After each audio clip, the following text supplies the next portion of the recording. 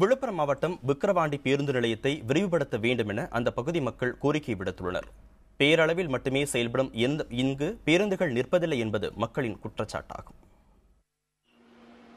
விழுப்புரத்திற்கும் திண்டிவனத்திற்கும் இடையே அமைந்துள்ள விக்கிரவாண்டி 50க்கும் மேற்பட்ட கிராமங்களை உள்ளடக்கிய பேரூராட்சியாகும். 10,000த்திற்கும் மேற்பட்ட மக்கள் தொகை கொண்ட விக்கிரவாண்டியில் புறவழிச்சாலை அமைக்கப்பட்டதில் இருந்து அந்த ஊரில் அமைந்துள்ள பேருந்து நிலையம் பயனற்றதாக மாறிவிட்டதாக குற்றச்சாட்டு எழுந்திருக்கிறது. உள்ளூர் பேருந்துகள் தவிர இதர பேருந்துகள் இங்கு வருவதில்லை என்பது அந்த ஊர் மக்களின் குற்றச்சாட்டாகும். இந்த விக்கிரவாண்டி பேரூராட்சியானது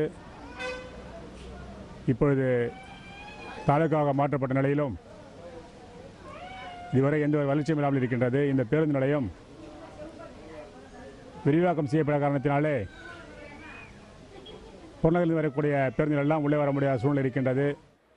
பேருந்துகளின் வரத்து குறைந்ததால் விக்கிரவாண்டி பேருந்து நிலையம் சரிவர பராமரிக்கப்படாமல் மிகவும் மோசமாக காட்சியளிக்கிறது. போதிய மின்விளக்குகள் இல்லாததால் இரவு நேரத்தில் பேருந்து நிலையத்திற்கு வர அச்சம் ஏற்படுவதாக மக்கள் கூறுகிறார்கள்.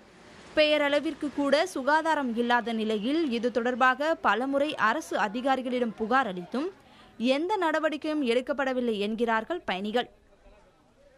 பல்வேறு கிராமங்கள்லேருந்து வண்டி போகுதுங்க. ஆனால் வண்டி போகுது திருறதுக்கு வாய்ப்பு இல்லைங்க. ஆனால் விக்கிரவாண்டி பஸ் ஸ்டாண்டுக்குள்ளே விரைவு வண்டிங்க யாரும் வரது மணி 10 மணி மேலே ஜனங்க உள்ளே வர்றதுக்கு வாய்ப்பு இல்லைங்க. பாடுபட வேண்டியதாருங்க. இது தொடர்பாக பேரூராட்சி அதிகாரிகளிடம் கேட்டபோது விக்கிரவாண்டி பேருந்து நிலைய பிரச்சினைகள் பற்றி அரசின் கவனத்திற்கு கொண்டு சென்றுள்ளதாகவும் இருப்பினும் மாவட்ட நிர்வாகமே நடவடிக்கை எடுக்க முடியும் என்றும் தெரிவித்தனர். புதிய தலைமுறைக்காக செய்தியாளர் ஜோதி நரசிம்மன்.